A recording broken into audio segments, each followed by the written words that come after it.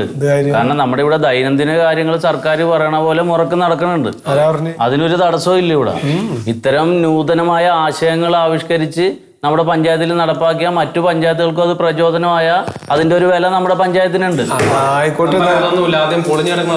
അതാ ഞാൻ പറയാം, നൂതന ആശയൊക്കെ നല്ല തന്നെയാണ്.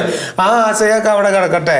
നിങ്ങൾ മറ്റുള്ള കാര്യങ്ങൾ പ്രാഥമികമായിട്ട് മറ്റുള്ള കാര്യങ്ങളൊക്കെ നിങ്ങൾ ചെയ്തു തീർത്തോ? കോയ മെമ്പറെ, നിങ്ങൾ ഈ പറയണതിൽ ഇവിടെ എന്ത് പരിപാടിയാണ് ഇവിടെ നടക്കാതെ പോയിട്ടുള്ളതെന്ന് പറയാം.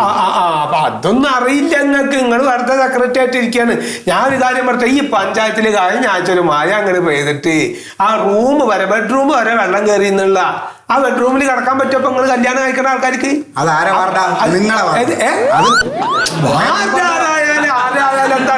ആരുടെ പറയുന്നത്? പഞ്ചായത്തിലല്ലേ? ഈ പഞ്ചായത്തില് വാർഡിലെ കാര്യങ്ങൾ നടക്കണ ഈ ഫണ്ട് പാസ്സാക്കി കൊടുക്കണ്ടേ?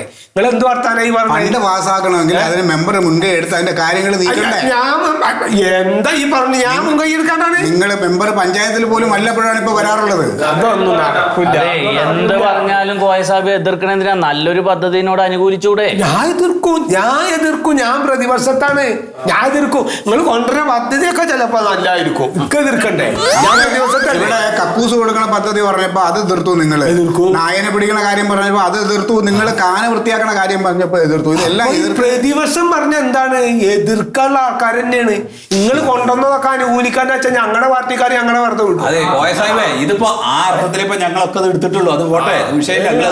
എനിക്ക് ഒരു പഞ്ചായത്ത് ഇവിടുത്തെ സെക്രട്ടറി എന്ന നിലയിൽ എനിക്ക് എല്ലാവരോടും പറയാനുള്ളത്, നമ്മളിപ്പോ ഈ ഒരു പദ്ധതി, ഇപ്പൊ അദ്ദേഹം ഒരു പദ്ധതിയെ കുറിച്ച് പറഞ്ഞു, ജാതി മത ഭേദമന്യേ നമ്മുടെ കക്ഷി രാഷ്ട്രീയ ഭേദമന്യേ നമുക്ക് ഈ പദ്ധതി ഒന്ന് നടപ്പിലാക്കി നോക്കാം.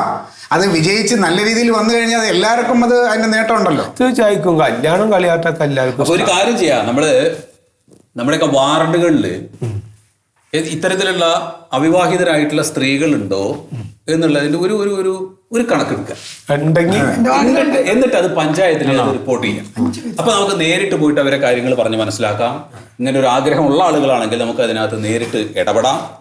എന്നിട്ട് അവരുടെ വിവാഹം കഴിച്ചു കൊടുക്കുന്നതിന്, ഇപ്പൊ വിവാഹം കഴിക്കുക എന്ന് പറയുമ്പോൾ പെട്ടെന്ന് എടുത്തു പിടിച്ചോ എന്ന് പറഞ്ഞിട്ട് നമുക്ക് വിവാഹം കഴിക്കാൻ പറ്റില്ല, നടത്തി കൊടുക്കാൻ പറ്റില്ല. അപ്പൊ നമ്മൾ അതിന് പറ്റുന്ന ഒരാളെ കണ്ടുപിടിച്ച് ഇവർക്ക് രണ്ടു പേർക്കും കൂടി ഇരുന്ന് സംസാരിക്കാനൊക്കെ പറ്റുന്ന ഒരു വേദി നമ്മൾ പഞ്ചായത്തിൽ ഒരുക്കി കൊടുത്ത്